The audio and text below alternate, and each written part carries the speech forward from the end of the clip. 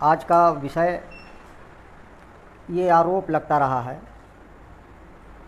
महाज पर कि कुतुब मीनार का इशू हो, ताजमहल का इशू हो, जिन्हें आमतौर पर मुस्लिम पहचान से जोड़ा जा रहा है, उन्हें मुस्लिम पहचान बताई जा रही है,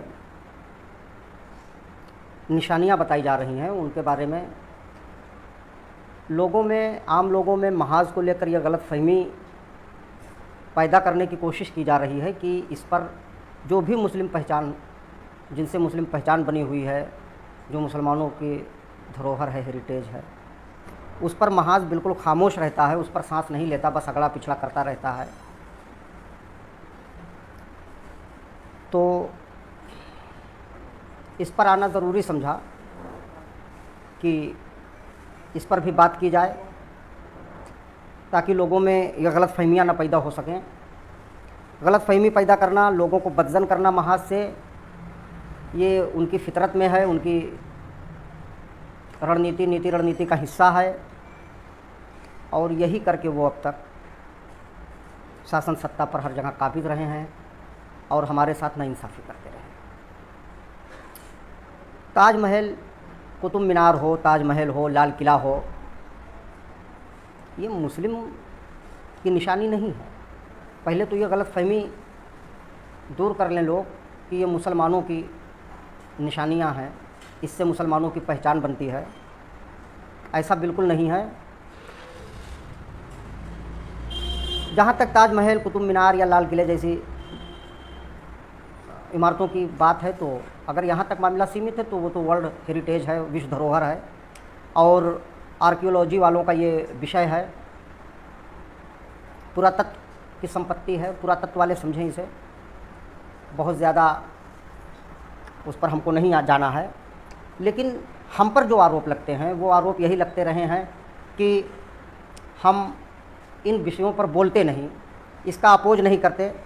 भाई देखिए, हमारा ये विषय है ही नहीं। हमारा विषय हमारे लोगों का हक, हुकूक, हिस्सेदारी है। वो हमारी प्राथमिकता है, हम उस पर बात करते हैं। और ये मुद्दे उठाए जाते हैं टाइम टाइम पर। ये मुद्दे उठाए ही इसीलिए जाते हैं कि हम इनमें उलझें और अपने मुद्दों से भटक जाएं। हम मेन मुद्दा छोड़ दें, इनके लिए मैदान खुला छोड़ दें ताकि ये आराम से बैटिंग भी खुद करें, बॉलिंग भी खुद करें। ये फर्स्ट कैसे आते हैं? ये अकेले दौड़ते हैं और फिर जब मंजिल पे पहुंचते तो कहते हैं हमसे पहले कोई पहुंचा ही नहीं, हम देखिए फर्स्ट आ गए। तो अकेला तो अगर कोई लंगड़ा भी, अपाहिज, विकलांग भी दौड़ेगा वो भी फर्स्ट आ जाएगा। तो ये अकेले अकेले खेलना चाहते हैं। ये मैदान खुला हम इनके लिए छोड़ दें तो देखिए, हम किसी और मुद्दे पर, किसी और विषय पर जाने वाले ही नहीं हैं। आप लाल किला का इशू उठाएं, आप कुतुब मीनार का इशू उठाएं, आप ताजमहल को मुद्दा बनाएं, आप किसी भी इमारत को मुद्दा बनाएं। अगर आपको लगता है कि आप जज्बात से इसे जोड़ देंगे, मुस्लिम पहचान से जोड़ देंगे, मुसलमानों की संपत्ति से जोड़ देंगे, मुसलमानों की धरोहर घोषित करके आप इस पर, यहाँ पर हमको आप रोकेंगे, उलझाएंगे, तो ये आपकी गलतफहमी है। हम वहाँ रुकने वाले ही नहीं, वो हमारा विषय ही नहीं, हम उधर देखने वाले ही नहीं हैं। हमारा विषय है पिछड़ी समाज के लोगों को, पिछड़ी जात के लोगों को हर जगह आबादी के तनासुब में हक और हिस्सेदारी मिलनी चाहिए। हम अपने मुद्दे पर टिके हुए हैं और पसमानदा आंदोलन से जुड़े लोग, किसी भी संगठन, बहुत से संगठन हैं, ऑर्गेनाइजेशन हैं, मैं सबसे ये अपील करता हूँ कि देखिए, आप किसी और मुद्दे पर मत जाएं। आप अपना, मेरी अपनी जो पर्सनल राय है वो तो ये है। वालेकुम अस्सलाम अफरोज़ भाई, रोशन भाई, और बताएं कैसे हैं।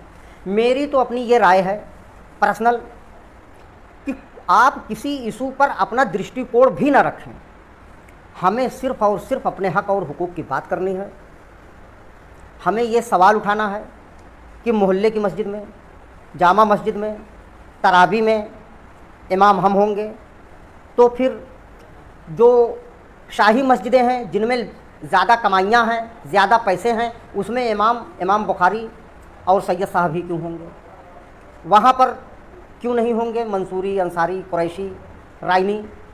तो छोटी छोटी मस्जिदों में इमाम हम, गांव और शहर की मस्जिदों में इमाम हम, लेकिन जहाँ पर कमाई है, वक्फ प्रॉपर्टियाँ हैं, वहाँ पर इमाम अशराफ होंगे।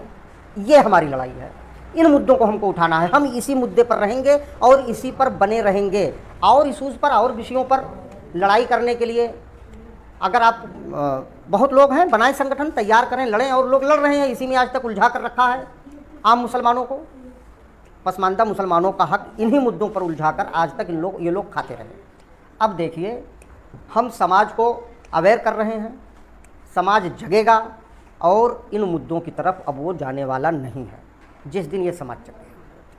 और हमको यही एक काम करना है, हम किसी और मुद्दे पर जाने वाले ही नहीं हैं। तो ये गलतफहमी आप पैदा करना छोड़ दें, ये वहम दिमाग से निकाल दें कि हम इन मुद्दों पर आएंगे, इन पर बात करेंगे, अपना दृष्टिकोण रखेंगे, अपना नज़रिया पेश करेंगे। हम बिल्कुल नहीं जाने वाले हैं।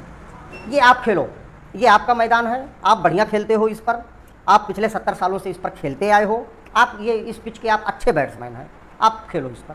हमारी पिच ये नहीं है, हमारी पिच अगड़ा पिछड़ा है, पसमानदा आंदोलन है, हम उस पर खेलेंगे। हाँ, हमारी पिच पर आपको खेलना हो तो आइए, वेलकम है, हम उस पर आपका वेलकम करते हैं, आएँ। आप बगैर टास्क के हम तैयार हैं, आप पहले पिच देख के बैटिंग लेना चाहें बैटिंग ले लें, पहले बॉलिंग करना चाहें बॉलिंग कर लें, उसी पिच पर हम खेलेंगे। हम आपकी बनाई हुई पिच पर नहीं खेलेंगे। और मैं तमाम पसमानदा आंदोलन से जुड़े साथियों से ये अपील करता हूँ और दस्तबस्ता गुजारिश करता हूँ कि आप बिल्कुल उनकी बनाई हुई पिच पर मत जाइए।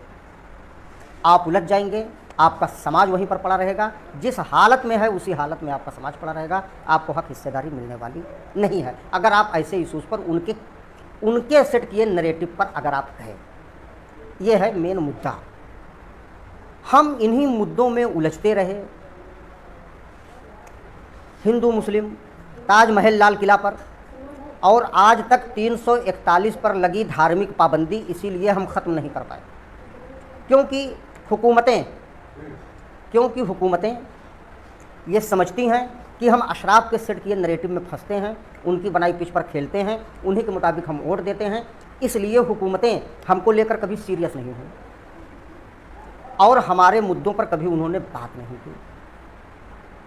जब तक हम अपना मुद्दा खुद नहीं बनाएंगे, खुद हम अपनी पिच तैयार नहीं करेंगे, अपनी बनाई पिच पर नहीं खेलेंगे, तब तक कोई हमारे बारे में सीरियस क्यों लेगा, हमें हमारे बारे में सीरियसली क्यों सोचेगा, ये हमको आपको बैठकर सोचने का विषय है।